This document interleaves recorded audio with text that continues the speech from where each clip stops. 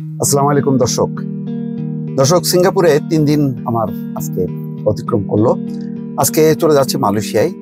তবে সিঙ্গাপুরে মোটামুটি 2-3 দিনে অনেক অভিজ্ঞতা নিয়েছি, নানা পর্যায়ে মানুষের সঙ্গে কথা বলেছি, জেনেছি এখানে আমাদের যেই প্রতিষ্ঠিত শ্রমবাজার, সেই শ্রমবাজারের সমস্যাটা কি, এটাকে কিভাবে আরো উন্নয়ন করা যায়, এ নিয়ে নানা জনে ক্ষোভ জানিয়েছেন, অনেকে সন্তুষ্টি প্রকাশ করেছেন।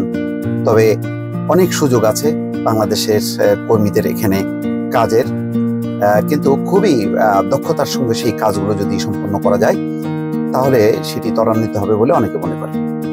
আজকে আপনাদের সঙ্গে পরিচয় করে দিচ্ছি একজনকে। তিনি তার নাম বলবেন, পরিচয় দেবেন, এবং তিনি এখানকার একজন এমপ্লয়ার, তার অধীনে অনেক কর্মী কাজ করেন। তার কাছ থেকে শুনি আমাদের এখানকার শ্রমবাজারের সমস্যাগুলো আসলে কি।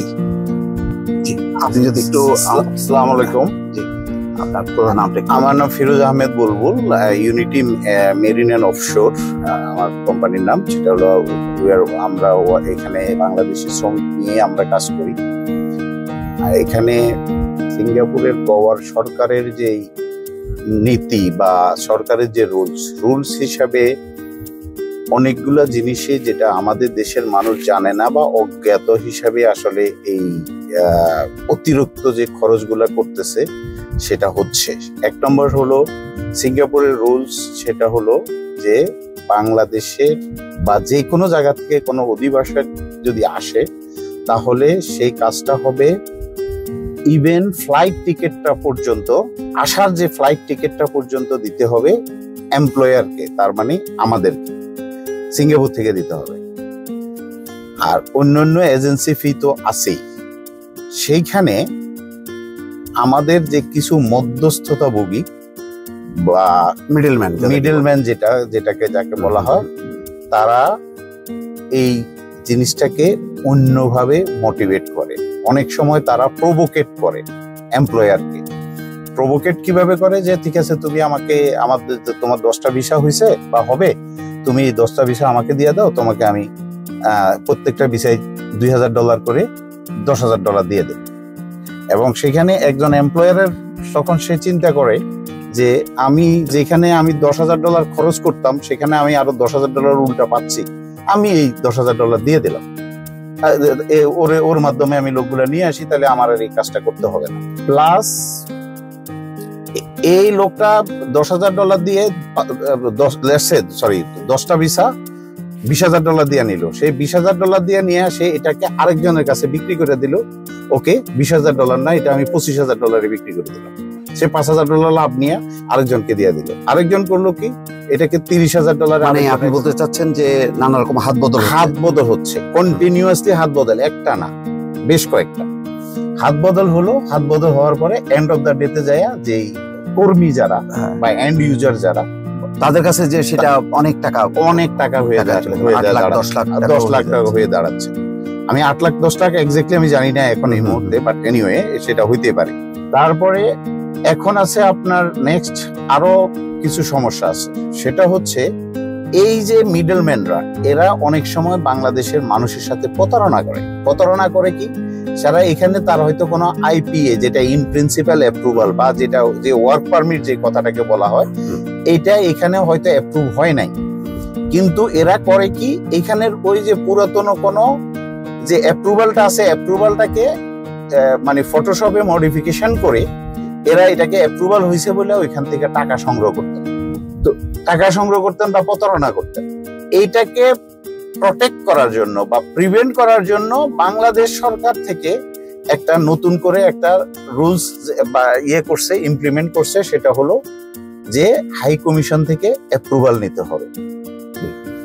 দ্য ফ্যাক্ট, আমাদেরকে পুরো ফ্যাক্টটা বুঝতে হবে, আমাদের অ্যাপ্রুভাল নিতে হবে। এখন সেই অ্যাপ্রুভালটা হাই কমিশন থেকে করতে হবে, কারণ এই হাই কমিশন যখন অ্যাপ্রুভাল করবে তখন হাই কমিশন কিন্তু আবার এই আইপিএটাকে সিঙ্গাপুর মিনিস্ট্রি অফ ম্যান পাওয়ারের যে সিস্টেম আছে, সিস্টেমে ঢুকে ওরা চেক করতে পারে, চেক করে কনফার্ম করে তারপরে ওরা অ্যাটাচমেন্ট বা এতে জটিলতা বাড়লো না, সময়টা বাড়লো না?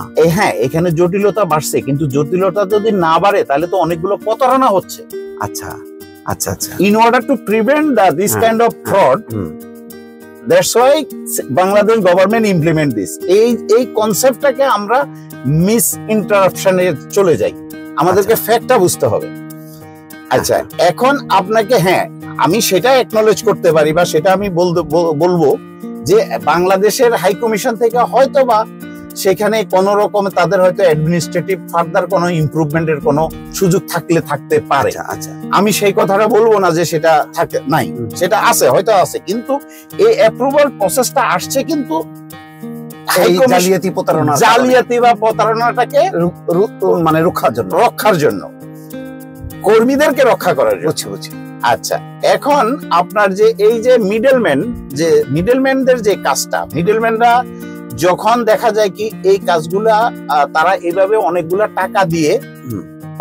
টাকা নিয়ে যখন তারা আসে, তখন কিন্তু দক্ষ বা কর্মঠ কোনো শ্রমিক কিন্তু তখন আনতে পারে না বা আসে না।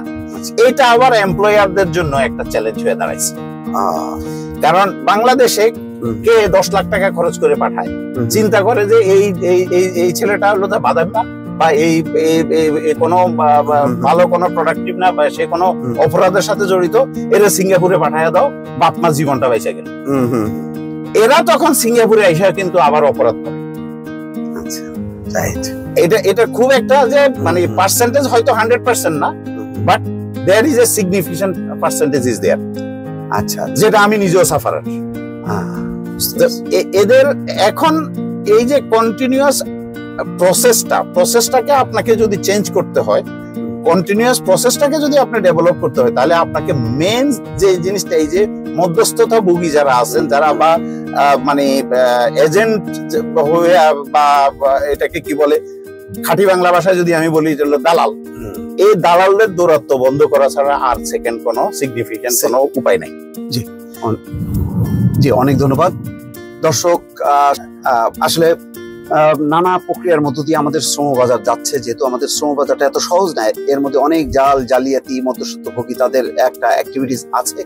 সুতরাং নানা পরীক্ষা নিরীক্ষার মধ্যে যাচ্ছে, কিন্তু এটাকে আরো কিভাবে সাবলীল করা যায়, কিভাবে আরো দক্ষতার সঙ্গে ইমপ্লিমেন্ট করা যায়, সেটাই এখন ভাবনা।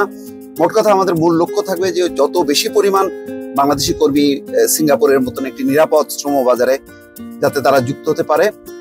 এবং এই মুহূর্তে এটা খুব জরুরি এই কারণে যে রেমিটেন্সের এই সংকটের সময় যদি এই কাজটি হয়, যত বেশি সংখ্যক আমাদের কর্মী এখানে আসবে, এখান থেকে রেমিটেন্স যাবে এবং ওই পরিবারগুলো স্বাবলম্বী হবে। ফলে বেকারত্ব দূর করা, রেমিটেন্সের সংকটটা কাটানোর ক্ষেত্রে এই খাতে জোর দেওয়ার ছাড়া আর কোনো বিকল্প নেই। দর্শক, ভালো থাকবেন। আল্লাহ হাফেজ।